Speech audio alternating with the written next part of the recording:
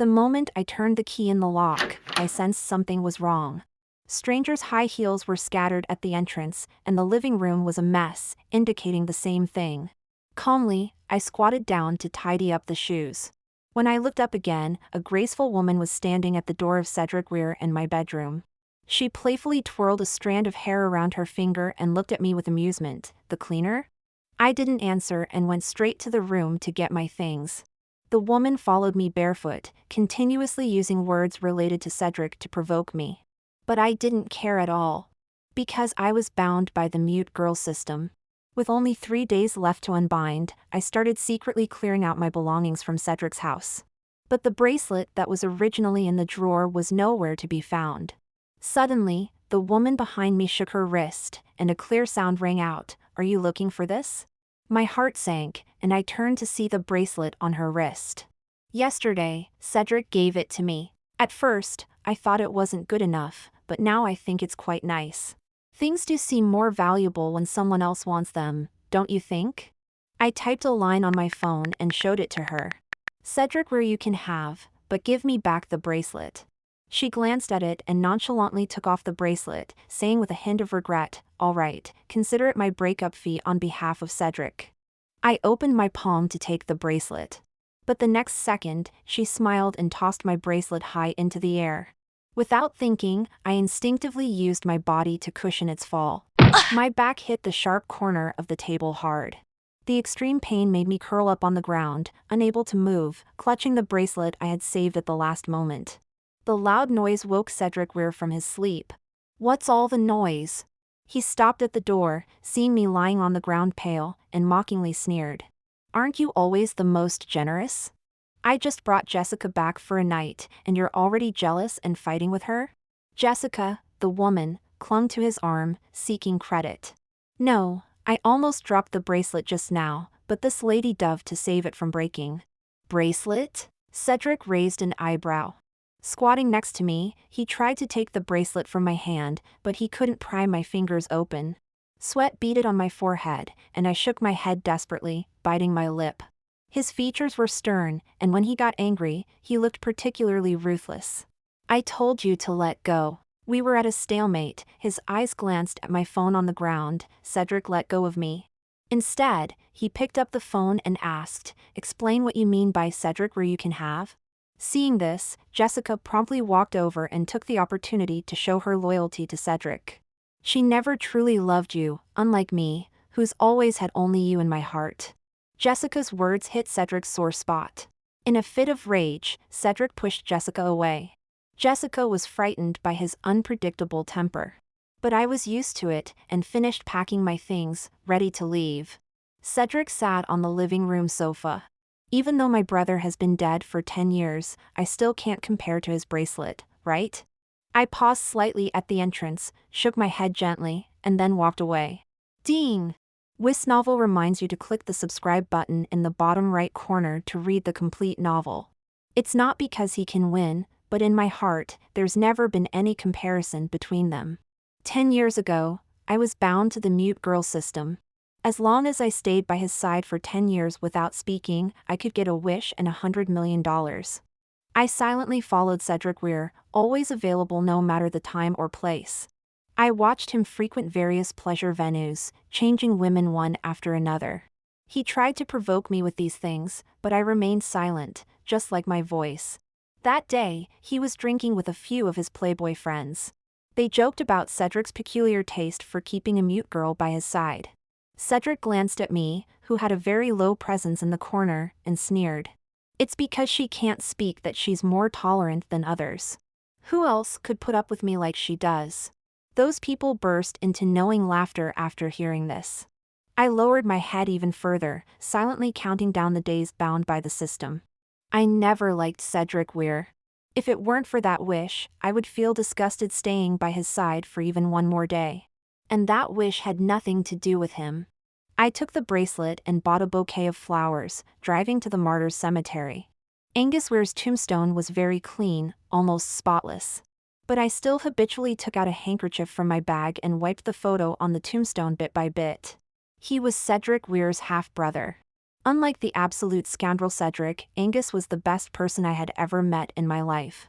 But for some reason, good people always seem to have short lives. The day Angus died, I waited all night at Victoria Harbour. We had agreed to watch the New Year's fireworks together, but he received intel from an informant at the last minute and had to cancel. Until the fireworks exploded across the sky, lighting up the entire night. The crowd was bustling, but like the fireworks, they faded with time, leaving the place desolate. Only I stood there until dawn. He never came. Ben, who always delivered messages for him, called me. He said Angus asked if the fireworks were beautiful and if I was crying again. Angus was incredibly smart, able to predict everything that would happen after his death. Except for my obsession. If fate wants lovers to be separated and good people to have short lives, then I will defy it.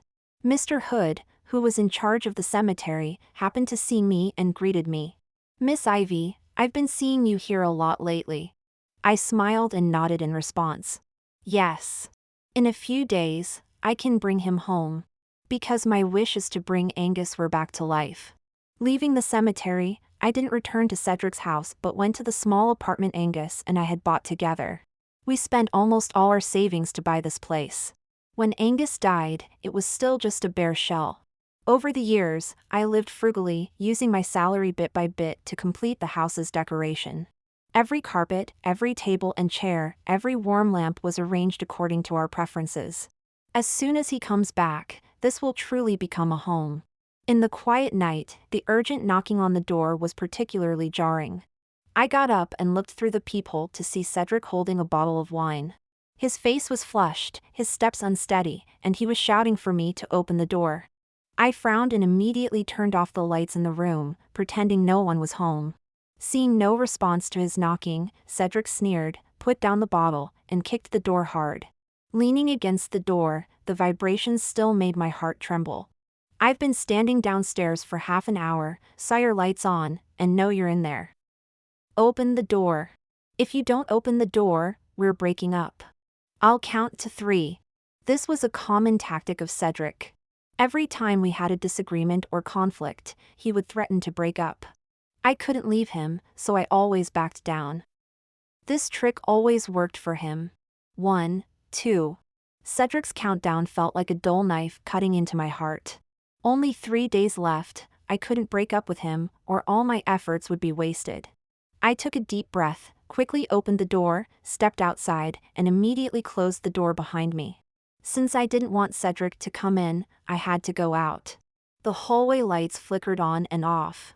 Half of Cedric's face was hidden in darkness, his eyes shining as he stared at me, his tone sounding much more pleased. "I knew you wouldn't leave me." His tall figure easily trapped me in the corner behind the door with one hand. The strong smell of alcohol made me uncomfortable, and I turned my head away from his advances. Cedric paused, then laughed lowly, as if thinking of something. "Are you pretending to be chaste in front of my brother's house?" His words were always harsh. Even though I tried not to listen, I couldn't help the urge to slap him. You and he were indeed a perfect match. One pretended to be aloof and wouldn't be with me, then ran to me after my brother died, staying by my side for 10 years. The other pretended to be aloof and wouldn't acknowledge my father, insisting on being a cop, and ended up dead without even a bone left to collect. "Ivy, what do you think my brother's expression would be if he knew I still got you in the end?" "All right," I couldn't hold back. As Cedric continued to speak, I slapped him across the face. I was trembling with anger. I didn't care what Cedric said about me. But he was the least qualified person in the world to criticize Angus.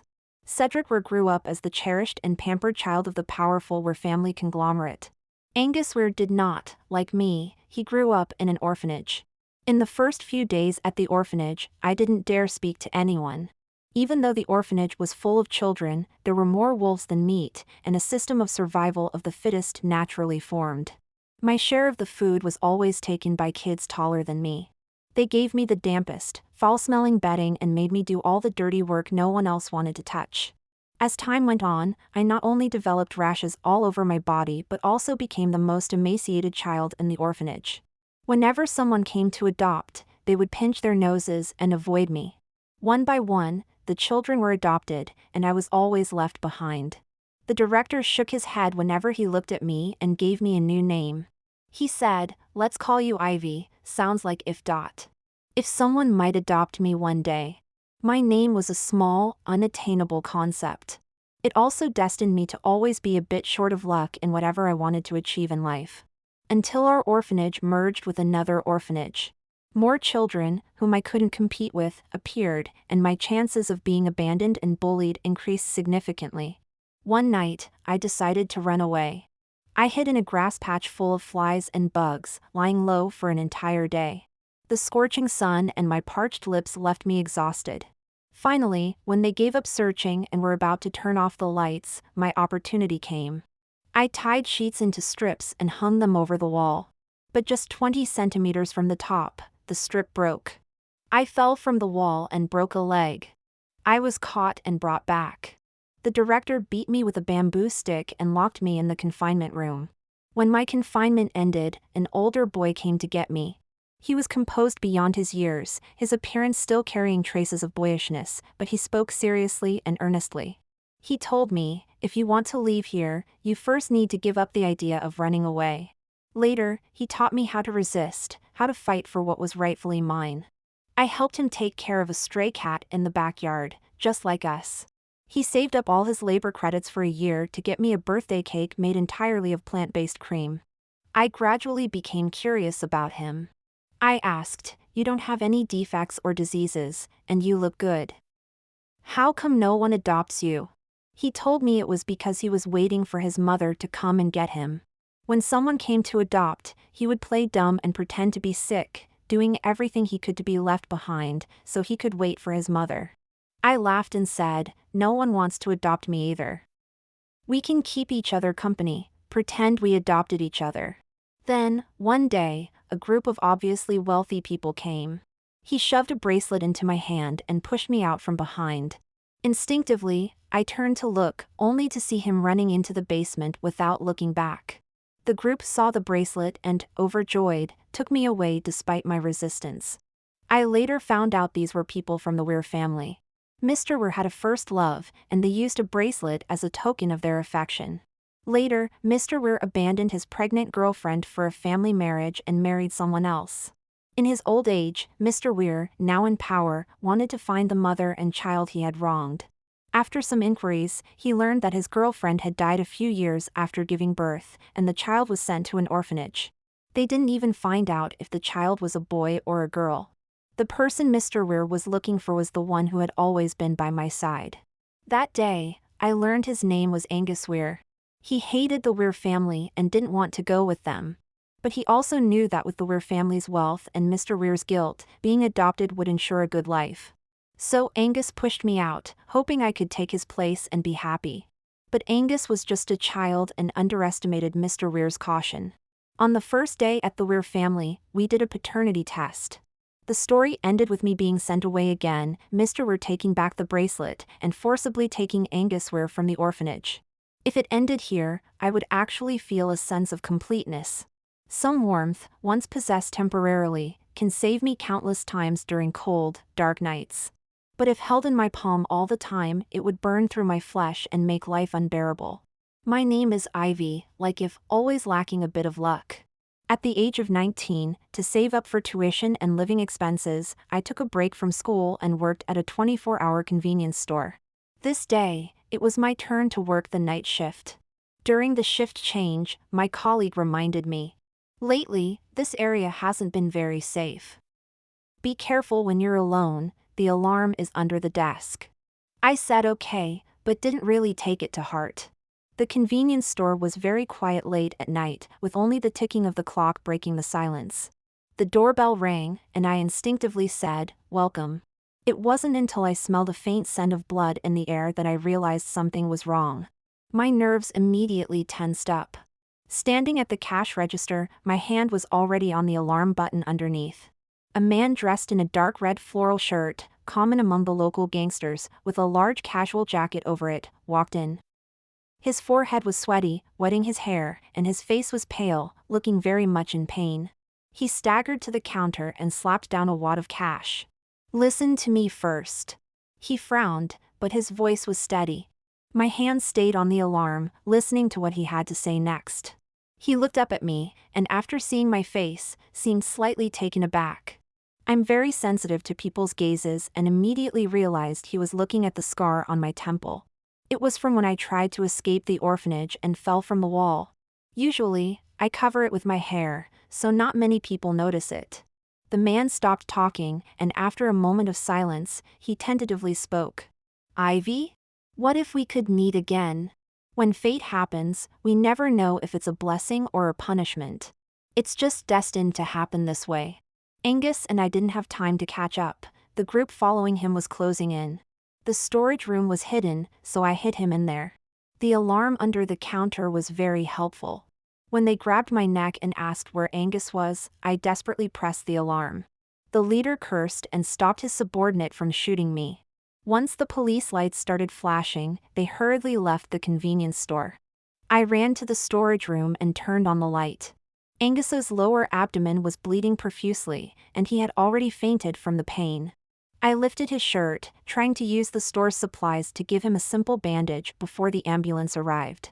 His body was burning hot, and besides this wound, his lean waist was covered with many old scars. In his daze, he told me not to send him to the hospital no matter what. In the end, I took him home and called someone using a number he gave me. The person who came with the medical kit was Ben. He was said to be a close friend of Angus, having gone through life and death together. He skillfully treated Angus's wound, gave me some instructions, and then left in a hurry. And so, Angus stayed at my place for over half a month. We talked a lot about the past we hadn't shared, and the future we knew was impossible but still hoped for. Some people, even if you see them every day, you may not be able to fully open up to them. But some people, even after many years, even if their appearance is no longer the same as in your memory, can instantly fill all the gaps of the past, as if you were never apart. Angus told me that after the Weir family lifted his house arrest, he went back to the orphanage to look for me. But by then, I had already successfully escaped. He didn't like that home and would rather be a free beggar than be part of the Weir family's facade. He came here initially just to get as far away from the Weir family as possible. Later, he found a career here that he was willing to fight for all his life, so he stayed. I asked him what exactly he was doing. Angus said, as you can see, a thug collecting protection fees. What kind of lifelong career is collecting protection fees?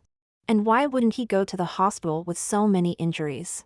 Angus said nonchalantly, no health insurance, can't afford it.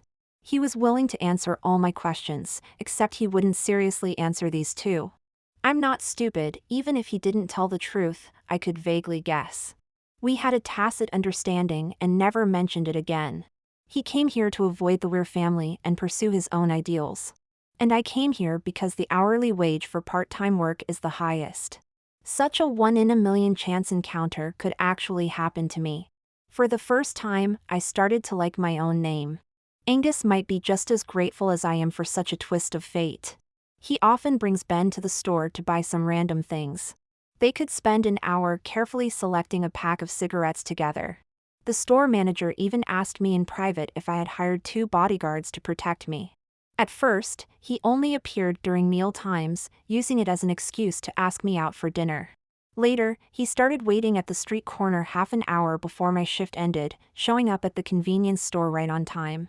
On Christmas Eve, Angus was sitting in a sports car wearing exaggerated, flashy red sunglasses. As soon as I stepped out of the convenience store, he honked the horn. He pushed up his sunglasses, and his affectionate eyes looked at me with a smile. Hey beautiful, care for a ride? Idiot. Who rents a convertible in the middle of winter? The biting wind quickly taught Angus a lesson, and within 2 minutes, he put the top up. A Christmas tree as tall as a small house was set up by the West Kowloon waterfront. The dazzling lights lit up at night, looking like a sprinkle of diamonds on the tree from afar. Before coming, a colleague used a curling iron to give me big waves. She said that with the curls, I would become a fashionable girl and mesmerize my boyfriend. Boyfriend. This word kept echoing in my mind. Each time it made my heart beat like a drum. I didn't know if Angus was mesmerized, but he spent the entire night rubbing his chin against the top of my head. I heard him mumble, "You feel like a teddy bear. Stupid straight guy." When the clock struck 12, Angus pulled out a box from behind him and handed it to me. Merry Christmas. I carefully opened the box. The first Christmas gift I ever received was a bracelet from Angus. This bracelet was one of the few relics left by his mother. The gift felt incredibly heavy in my hand, and I didn't dare to move. Such a heavy gift, I couldn't bear it. Angus seemed to see all my insecurity and embarrassment, and he stood right in front of me.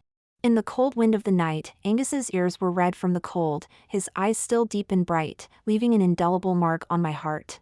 He said, "If doesn't just mean probability, it can also signify something uniquely precious. It can also mean all my happiness is in seeing you at that moment." I said year after year that I would be happy next year. Finally, this year it came true. Winter has come again. Angus, let's spend it together. After Christmas, Angus didn't show up for a long time. I couldn't reach him by phone. Only Ben occasionally came to the store to let me know he was okay. I asked him when Angus would be back. Ben scratched his head, clearly not having a definite answer from Angus. Days passed uneventfully. The store got new collaborative merchandise.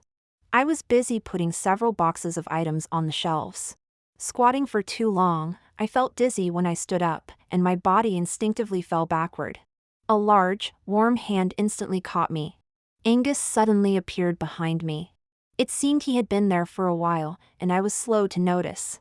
Angus just looked at me quietly, the tenderness in his eyes dissolving all the distance of the past days. I joyfully threw myself into his arms, the scent of cedar instantly enveloping me. "Why are you here? Don't you remember I'm your bodyguard? I'm here to collect some protection fees." With that, Angus wrapped me in his thick coat and gently kissed my forehead. From that day on, every time I stood in front of that shelf arranging goods, I would expect Angus to suddenly appear behind me. After Angus's death, this feeling only grew stronger. Even when I stood at similar counters in other supermarkets, I had the same expectation. Expecting a warm embrace, expecting the familiar scent of cedar. My 10,000 turns still couldn't bring a single fulfillment. It seemed fate had never been kind to me. Every gift that made me lower my guard eventually got taken back in an even more tragic way. After causing a ruckus with Cedric, I called the butler at the Weir family's old residence to have him take Cedric back. He was drunk and acting out wildly. One moment he was cursing at me, the next at Angus, and then he started cursing at old Mr. Weir for being a womanizer and giving him a brother. Old Mr. Weir cares a lot about his reputation. Seeing Cedric in the state at home would surely make him suffer some consequences. After I got home, I took a half-hour shower to completely wash off the smell of alcohol from Cedric. I sprayed the blanket with cedar-scented perfume. This bottle is the closest I could find to Angus's scent. I wrapped myself entirely in the blanket. A person walking alone on a winter night always needs to find some way to save themselves. This scent made me feel very at ease. That night, I slept soundly, a rare occurrence. I even dreamed of Angus from many years ago. It was on my birthday. Angus took me on a sightseeing bus.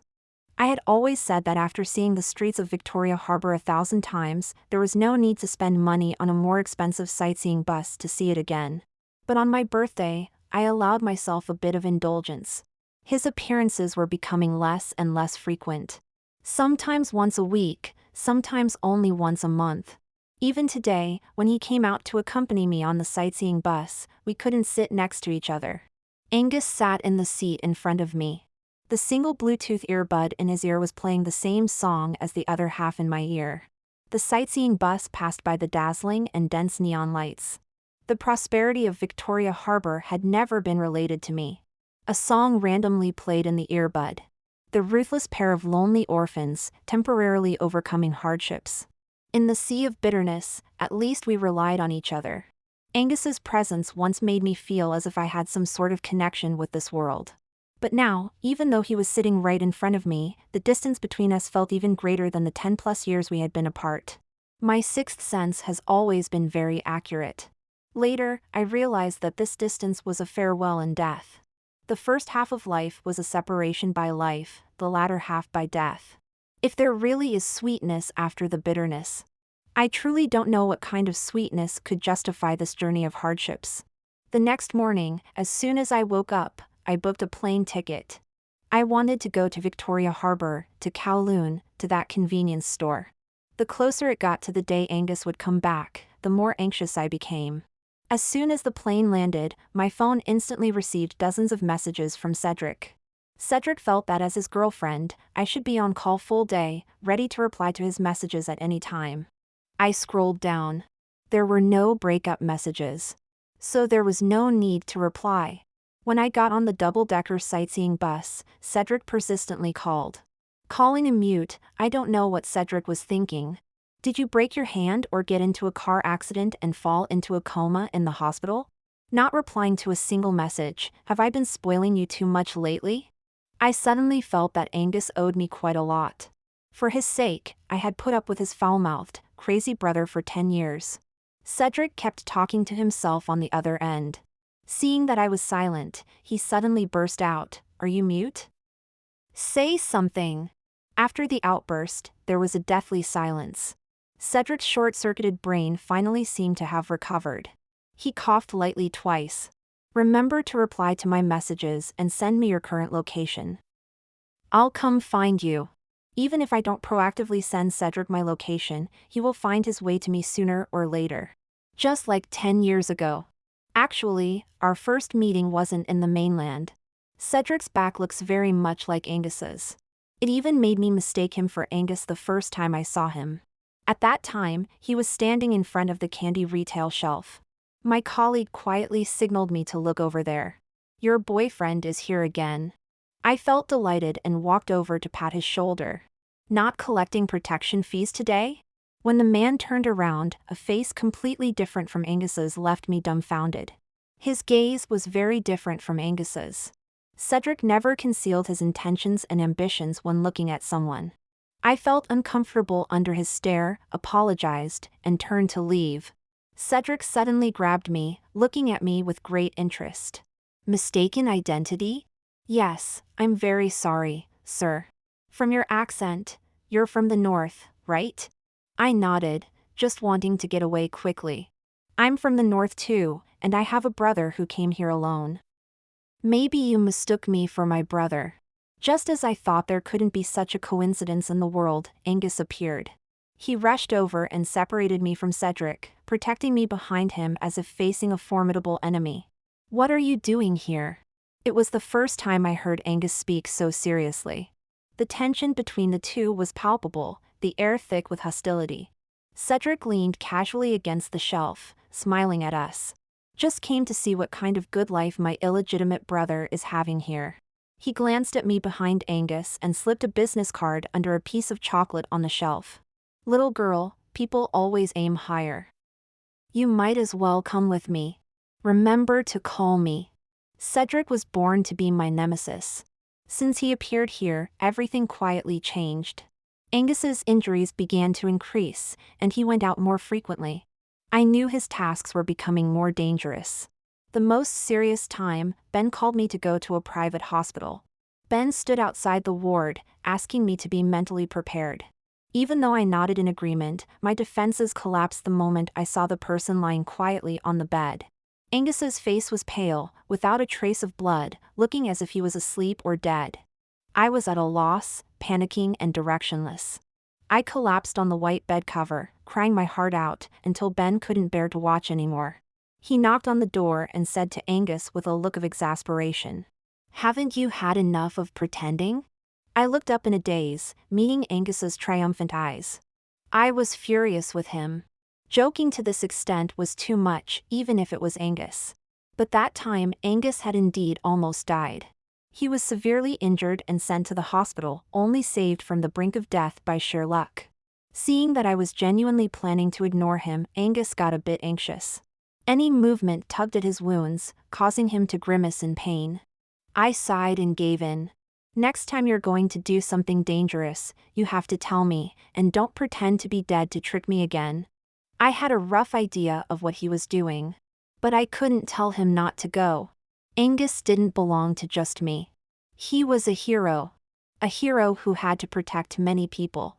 Angus nodded solemnly. "Then, do you have time on New Year's Eve?" "Yes." Let's meet at Victoria Harbor.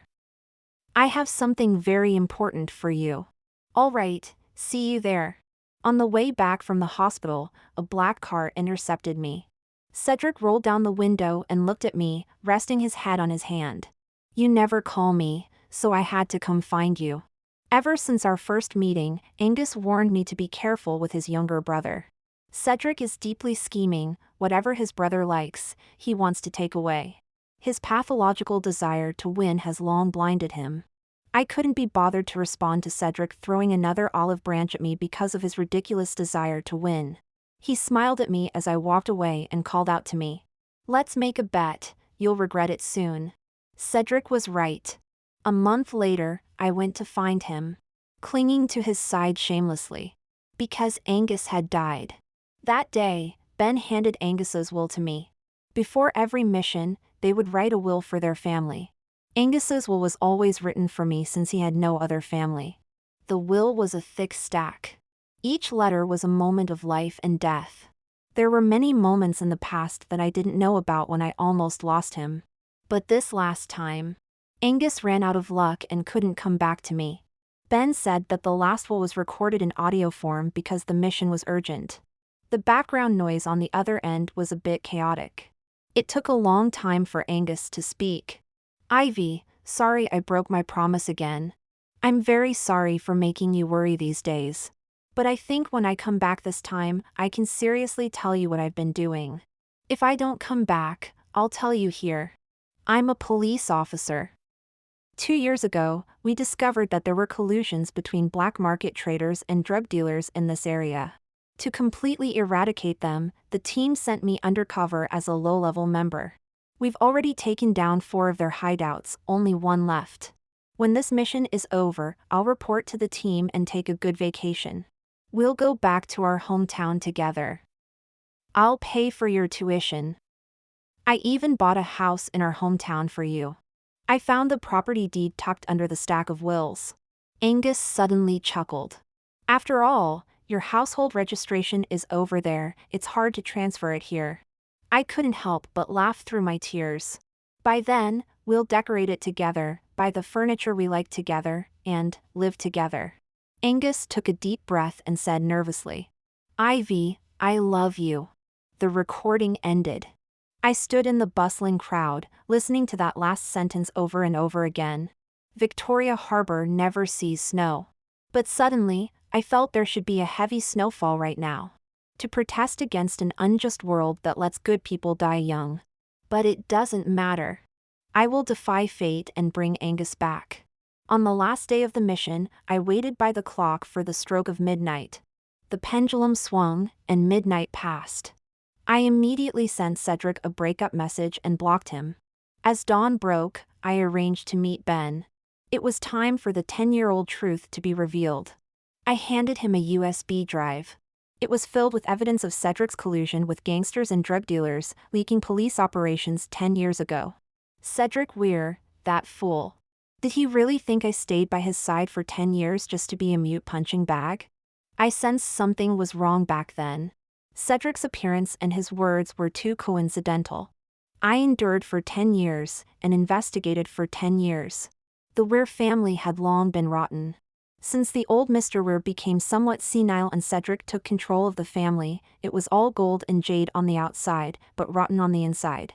I not only found evidence of him being a double agent but also found a lot of evidence of the Weir family's bribery. Whether it's the criminal court or the military court, Cedric Weir won't get away with it. Ben held the USB drive to his chest. The nearly 2-meter-tall man silently cried in front of me. Thank you. Justice will prevail. No good person should die in vain. Cedric Weir, that lunatic. After I blocked all his contact methods, he flew over directly to find me. He pulled the same old trick, blocking me on the street with his car. I turned to leave, but he got out of the car, took a few quick steps, and tightly wrapped his arms around my waist. Why break up? How could you bear to break up with me? Cedric's breath fell on my ear, making me feel a chill. I struggled out of his embrace and turned around, slapping him hard. Cedric was caught off guard. The slap made him stagger, nearly losing his balance. He covered one side of his face, staring at me in disbelief. Ivy. Why? I took a deep breath and said, "Save your questions for the lawyer. I think you'll soon be too busy to handle it all." Cedric fixated on a strange point. He barely listened to what I said and instead rushed over, grabbing my shoulders excitedly. "Ivy, you can speak?" When the system found me to do the mission, it let me choose a side effect. I chose not to speak. With some people, saying one more word feels too much. And with some people, 1,000 words are not enough. Cedric Weir was the former. Facing him, I had nothing to say, so I chose to be mute. I pried Cedric's fingers off one by one. Word by word. Not only can I speak now, but when we get to court, I'll do my best to testify. Traitor, just wait to rot in prison. Cedric frowned, looking deeply hurt. Ivy, I don't understand. We were fine just a few days ago. If you're mad at me for giving away your bracelet, I apologize. I just wanted more of your attention. Ivy, let's not do this anymore, okay? Come back with me, let's live well together. People who make mistakes have no right to say live well together. If someone like Cedric Weir could live well, that would be the greatest injustice. I hate Cedric Weir. I hate him with a gnashing of teeth. He didn't feel my hatred before, so now he just thinks I'm throwing a tantrum. But every silent night, I restrain the monstrous hatred in my heart. I restrain myself from killing the person lying beside me with one stab. It's not worth it. This hatred has brewed for 10 years, becoming an indelible habit. Cedric Weir, people can't fall in love with beasts. Let alone you, who are worse than a beast. The security here is much better than 10 years ago. Cedric's pulling and tugging quickly attracted the police. I successfully broke away from him. Because today, I have something more important to do. The system said that on the day it snows in Victoria Harbor, Angus would return. So I waited at Victoria Harbor. The prosperity here is as before. I know this peace and prosperity were exchanged with the lives of countless people like Angus. So, 10 years of Ivy's life for Angus's life was worth it. But it never snows in Victoria Harbor. I stood from the afternoon until the evening. The distant bells rang. The first day of task completion ended. Angus still hadn't appeared. My voice and the money in my card had arrived. Only Angus hadn't come. I was so cold that my hands and feet were stiff. The patrol team reminded me not to stand here for too long. I smiled and replied, "I'll leave once I pick up my husband." Angus Weir. You said it. Once the task is over, you'll take a long vacation and come back with me. You also said we would renovate the house together. Now I've already finished decorating the house. I guess you'll like the color we painted the walls. If you prefer it here and don't want to go back north, that's fine too. I'm very rich now. I have 100 million, so much money. Buying another small flat here wouldn't be bad, right? Angus, I miss you. I temporarily settled down here. Every day, I would take a walk by Victoria Harbor, hoping that each person I passed by would be him. The weather gradually started to warm up. Not to mention snow, even rain became rare. But life must go on. I didn't want Angus to come back to find me sick and listless. I walked with my head down through the bustling streets. When I looked up, it was a clear, cloudless day. It didn't matter, I was very good at waiting, whether it was 10 years or several decades, it didn't matter. As I turned the corner, a boutique I had never seen before caught my attention. The store was beautifully decorated, in a Danish style. At the entrance, there was a small snow machine. Delicate, light snowflakes fell into my palm. If only you were real, how wonderful it would be. I blew the snowflakes off my palm and continued walking. The phone in my coat pocket rang. I took it out and saw it was an unfamiliar number from out of town. "Hello, who is this?" There was no response from the other side, it was very quiet. "Hello?" Just as I was about to hang up, a familiar voice came through the receiver. "Hey beautiful, care to join me for a ride?" Victoria Harbor had no snow. But this snow had been falling in my heart for 10 years. At this moment, it finally stopped. The snow cleared, and the skies were bright. From then on, every day would be a good day.